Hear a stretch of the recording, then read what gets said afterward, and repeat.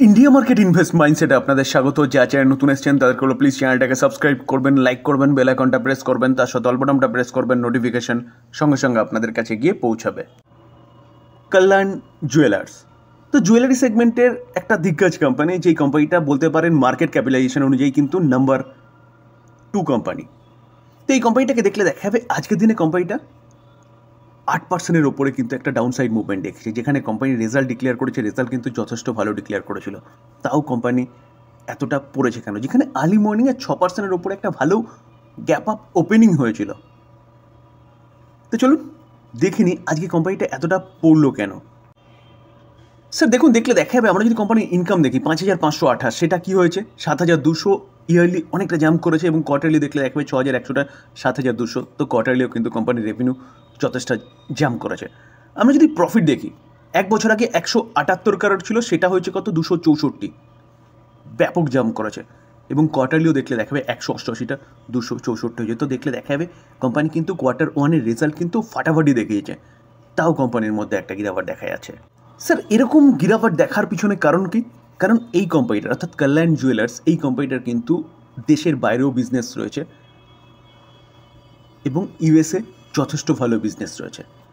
তো ডোনাল্ড ট্রাম্পের ট্যারিফের থ্রেট কালকেও কিন্তু কোম্পানিটা পড়েছিল, তো যখনই রেজাল্টটা উঠেছিল তখনই কোম্পানিটা কিন্তু একটা ভালো রিকভারি দেখিয়েছে। আজকে সকালে 6% মতন গ্যাপ আপ ওপেনিং হয়েছিল, রেজাল্ট ভালো হয়েছে বলে তার জন্য।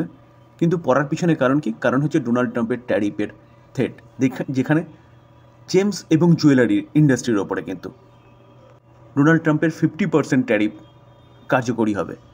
তো যার জন্যই কোম্পানিগুলোর বিজনেসে কিন্তু এফেক্ট পড়তে পারে। কোম্পানিগুলো বলতে কল্যাণ জুয়েলার্স, এই কোম্পানিটার বিজনেসে, যেখানে এখন এই কোম্পানিটা বা যেই কোম্পানিগুলো ইন্ডিয়ার কোম্পানি, যেগুলো ইউএসএ বিজনেস করে, এক্সপোর্ট করে, তো সেই কোম্পানিগুলো একটা বিকল্প ব্যবস্থার কথাও ভাবছে কি আদার্স নেশন লাইক ইউএই, এইসব জায়গায় কিন্তু ম্যানুফ্যাকচারিং করে এখান থেকে ইউএসএ এক্সপোর্ট করার কথা ভাবছে।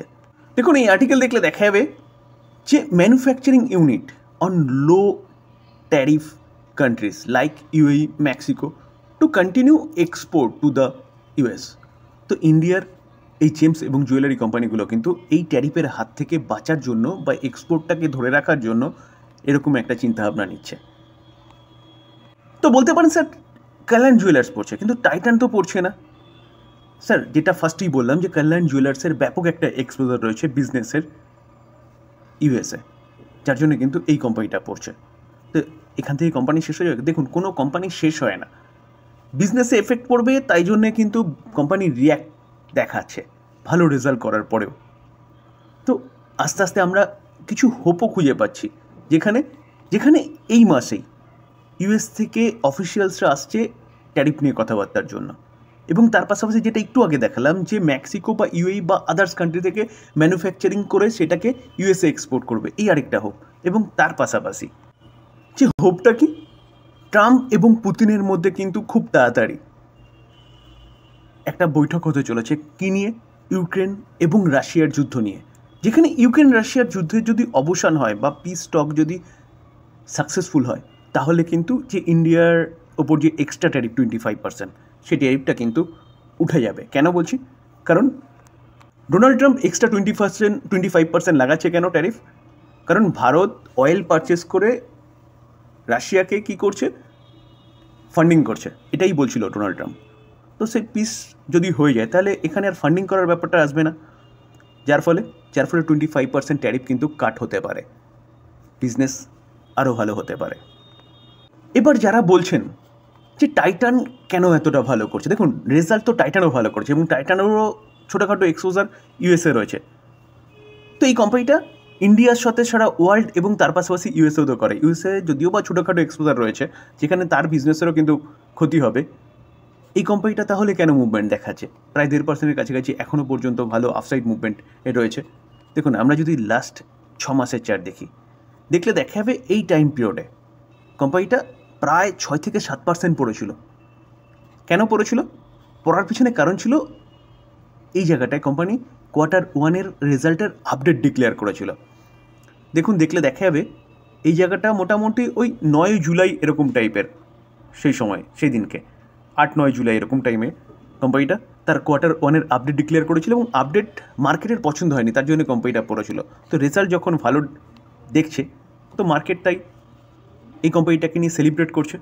তো দুটো কোম্পানি কোনোটাই খারাপ না। হ্যাঁ, বর্তমান পরিস্থিতিতে দাঁড়িয়ে নিচে আসছে কল্যাণ জুয়েলার্স, তাই বলে এই নয় যে কোম্পানি এখান থেকে শেষ হয়ে যাবে, বিজনেস এখানে শেষ হয়ে যাবে। বোম্বে স্টক এক্সচেঞ্জ, তো বিএসসি দেখলে দেখা যাবে বিএসসির মধ্যেও কিন্তু আজকের দিনে প্রায় 2% মতন একটা ডাউন সাইড মুভমেন্ট দেখা যাচ্ছে, যেখানে এই কোম্পানিটাও গ্যাপ আপ ওপেনিং হয়েছিল, সেখান থেকে কোম্পানি নিচে এসছে এবং ক্রমশ আরও নিচে নামছে। তো বোম্বে স্টক এক্সচেঞ্জ আমরা সবাই জানি কোম্পানির বিজনেস কি। Company share market related business, একটা এক্সচেঞ্জে গিয়ে আমরা যা কিছু করছি, ফিউচার বলুন, অপশন বলুন, delivery, positional trading, day trading, যা কিছু করছি সেখান থেকে কিন্তু এই কোম্পানিটার ইনকাম। তো এই কোম্পানিটারও রেজাল্ট ডিক্লেয়ার হয়েছে গতকাল। আমরা যদি কোম্পানিটার রেজাল্ট দেখলে দেখা যাবে, দেখুন 2024 জুন রেভিনিউ 602, যেটা আগের কোয়ার্টারে 847, এই কোয়ার্টারে 958। তো রেভিনিউ ইয়ারলি কোয়ার্টারলি জাম্প করেছে। খরচা দেখলে দেখা যাবে 319 এক বছর আগে, আগের কোয়ার্টারে 662, এই কোয়ার্টারে 332। তো ইয়ারলি জাম্প করলেও কোয়ার্টারলি কিন্তু অনেকটাই কমেছে কোম্পানির খরচা। তো এবার আমরা কি দেখব, এবার হচ্ছে মেন অপারেটিং প্রফিট। তো দেখলে দেখা যাবে এক বছর আগে 282, আগের কোয়ার্টারে 484, এই কোয়ার্টারে 626। তো কোম্পানি অপারেটিং প্রফিটও কিন্তু যথেষ্ট ভালো প্রেজেন্ট করেছে ইয়ারলি এবং কোয়ার্টারলি। এবার আসছে কি ট্যাক্স ও অ্যাডজাস্টমেন্ট, তারপরে কোম্পানির মেন প্রফিট। তো মেন প্রফিট দেখলে দেখা যাবে কোম্পানি এক বছর আগে 264, আগের কোয়ার্টারে 494, এই কোয়ার্টারে 538। তো স্যার ইয়ারলি তো ডবলের বেশি হয়ে গেছে কোম্পানির প্রফিট, কিন্তু কোয়ার্টারলি দেখলে দেখা যাবে সামান্য জাম্প করেছে কিন্তু সামান্য জাম্প করেছে। দেখুন sir, net profit year on year basis 103% jump করেছে। রেভিনিউ যথেষ্ট ভালো জাম্প করেছে, কিন্তু কোয়ার্টার অ্যান্ড কোয়ার্টার বেসিস দেখলে দেখা যাবে অনলি ফর 9% জাম্প করেছে কোম্পানির প্রফিট। তো এই 9% অর্থাৎ যা এক্সপেকটেশন ছিল মার্কেটের, সেই এক্সপেকটেশন থেকে কিন্তু অনেকটা কম হয়েছে।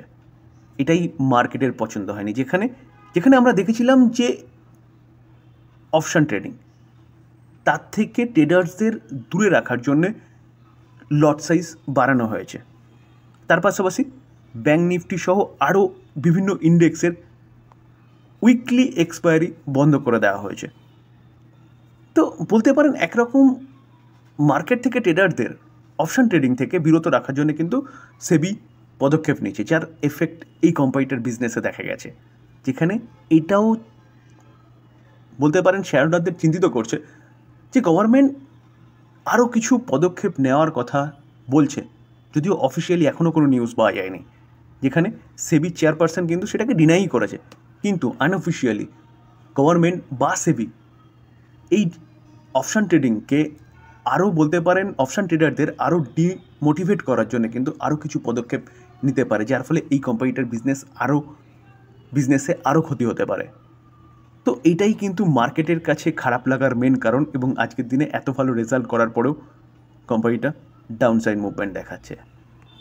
তাই বলে কোম্পানি খারাপ হয়ে গেছে? কোম্পানির বিজনেস এখানে চাই স্যার, কিচ্ছু খারাপ হয়নি। হয়তো কোম্পানি কিছুদিন এখানে কনসেন্ট্রেট করবে, তারপরে কোম্পানি কিন্তু আবারও নিজের চালে চলা শুরু করবে। তো সেই জায়গায় দাঁড়িয়ে স্যার নিচে আসলে রাডারে রাখতে পারেন, স্টাডি লিস্টে রাখতে পারেন। অবশ্যই আগে ভালো মতন অ্যানালাইসিস করবেন, তারপর ইনভেস্টমেন্ট করার কথা চিন্তা ভাবনা করবেন। প্লিজ এটাকে কেউ বাই রেকমেন্ডেশন হিসেবে নেবেন না। তো ব্রোকিং হাউসগুলো কী বলছে দেখুন। নুভামা আগে টার্গেট দিয়েছিল কত? 2770, সেখান থেকে টার্গেট তারা বাড়িয়ে দিয়েছে 2820 এবং বাই রেকমেন্ডেশন দিচ্ছে।